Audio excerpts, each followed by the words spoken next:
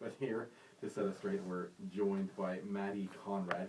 He owns Lab Salons in Victoria. Good morning, Matty. Good morning. So for those who may not know, what is Movember all about, first off? Movember actually started in 2003. It started a number of years ago. It was started by Australians, and like most things started by Australians, it was kind of done as a laugh. Originally, it was the idea that wouldn't it be funny if we all grew our mustaches at the same time and had a competition. I think it was met with a lot more response than they were expecting in Australia, and they realized that what they had is they had a kind of a phenomenon. It was sort of like the mullet at the time. It was really funny, but then wouldn't you know, it came back into fashion, usually because people started growing them just as kind of a joke. And sure enough, what had followed in the number of years was something that they did to raise money. So they turned it into a competition and see who could raise the most amount of money while growing a mustache. And then, of course, thanks to our friend the internet, it just went viral, and now they've got it happening in about 26 countries across the world. And last year was responsible for raising $47 million that was donated to prostate cancer and other charities that primarily focus on men's health.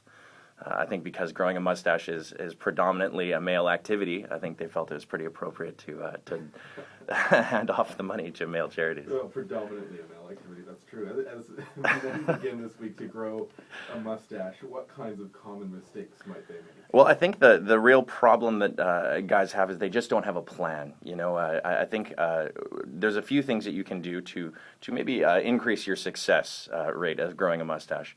I've got a couple of points. The first one I would say is make sure that you get your significant other on board with the plan, because the first killer of the mo, or the mustache, or the mo as we call it, the first killer of the mo is usually a disapproving look from your significant other. I think having a goal is important. Make sure you know what kind of mo you're going to grow. You know what I mean? There's lots of different kinds. I mean, are you going to be going for Thomas Magnum? Are you going for Higgins? You know what I mean? Are you Lanny McDonald? You know what I mean? I think there's some great mustaches through history that you can look at as templates, but I feel like there's a few mustaches you might want to stay away from, i.e. the Hitler. I think that's been ruined for all time. Are there any others that are ruined? I think there's a few that are questionable, but I'm not going to go so far as to say ruined, and I don't want to libelist myself here to anyone that might have said mustache. So. But I think we can all agree that the Hitler mustache is ruined for all time. Mm-hmm. I think the first week is critical. You're going to want to grow that stubble evenly across your face, because I think for the first 3 days, no matter how thick and full your growth, I think you just look like you have a dirty upper lip. And I feel that even though the beard is prohibited in Movember, I feel like a good grace period of, say, about a week of growing your stubble before you decide to craft your luxurious mo, I think is definitely a key to success. And that's where you are right now. I'm about 3 days in right now, so you can see I've got well, you can't see, but I've got an even somewhat stubble. And if I was to shave at this point, I think that I would have 3 days of very tumultuous growth. The next one, I think, is once you have a full mo. I mean, some guys can go at about 2 weeks. We'll have a reasonable thick mo.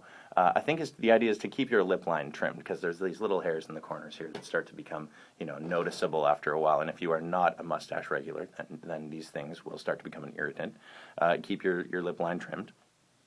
Make sure if you do have abnormally thick growing mo, groom it. Groom the mo. You know what I mean? You take a comb with it, make sure that it's combed. Use waxes, use grooming products. These things are available at most tobacconists or gentlemen's shops across Victoria. Haberdasheries. That's a fantastic word for it. I recommend one that's an old school made by Colonel Ichabod Conk, and it really looks like you're going to have a big, thick handlebar mustache. Is that a real product? It's an actual product, yeah. It actually exists. It smells like cinnamon. And I think one of the big things that you're going to want to do during the month is you're going to want to document your mo. This is a once a year kind of thing at best for most guys, and I think that evidence of said mo is very important. In fact, on the Movember website, which is www.movember.com, they actually do have what's called MoSpace. And on MoSpace, you create your own profile page, and you can document and upload pictures of your mo, and people can go on and they can donate money to your team. And you can raise money through Movember.com. And so documenting your mo is a key part of the process. The last thing, you want to celebrate your mo. You know, you don't want to be ashamed of your mow. You don't want to hide it away from the world. You want to celebrate it. And in fact, the Movember process is actually something where they allow you an opportunity to go to a gala ball at the end of your mow process, and you can all celebrate mows. And there's a big mow contest, and your mow is judged, and the best mow wins. And I think this is held December 2nd at the Strathcona Hotel. There is an actual gala event in Victoria. That's where the gala event for Canada is. So really exciting, actually, that it's a local thing. And then finally, when it is time to remove your mow and say goodbye to your mow, for people that have not shaved off a mustache before, I really recommend shaving it down with a pair of clippers before you just go at it with a blade, because you could be scraping at your upper lip for a long time to remove that mow, and you will cause a lot of irritation. So just be smart, remove it with a pair of clippers and then take it down from there. I don't suppose I would count as a person that is sporting a mustache. Well, the rules of Movember do say that you need to start clean shaven on November 1st, and I'm doubting from the thick I'm not saying it's not possible. I'm just saying I doubt from the thick full beard that you have that was 3 days old. It's not. All right. It's been present for years, actually. Moving on from strictly facial hair, I understand that you plan to open up a barber shop in Victoria. What can you tell us about that, or is it a barber shop even? You know, I feel like men's grooming has a bit of a hole in it somewhere right now, and it exists right between the salon and the barber shop. I feel like the barber shop traditionally today doesn't seem to meet the grooming needs of men. It seems to be more about volume and about quick, easy haircuts. And then I feel like the salon really only speaks, or primarily speaks to women, that has been adapted for men. And I feel like most men today feel like there's a little bit of a limbo, like a place where they don't really quite fit in. So we're looking to rectify that, actually. We're starting a new shop this year. We just signed a lease on a space. I'm very excited. We're going to be going into the newer atrium building, which has got a lot of really exciting businesses down there.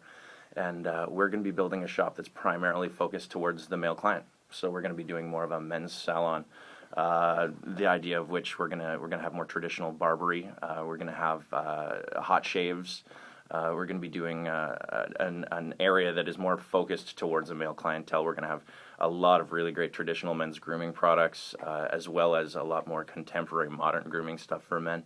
And we really want it to be focused around the idea of increasing the style of everyday guys. You know what I mean? Something where you don't have to be super fancy. You don't have to be really hoity-toity high-end.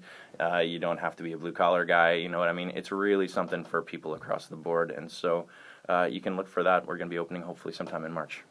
Quickly, in 30 seconds, how can people officially take part in Movember, raise money for charity, and so on? If you are interested in growing a mow, I would suggest going and starting at the website, which is, again, www.movember.com, and it'll direct you to the Canadian site where you can register, and it'll give you all the information you need to participate. Great. Matty Conrad, thank you for joining me in studio.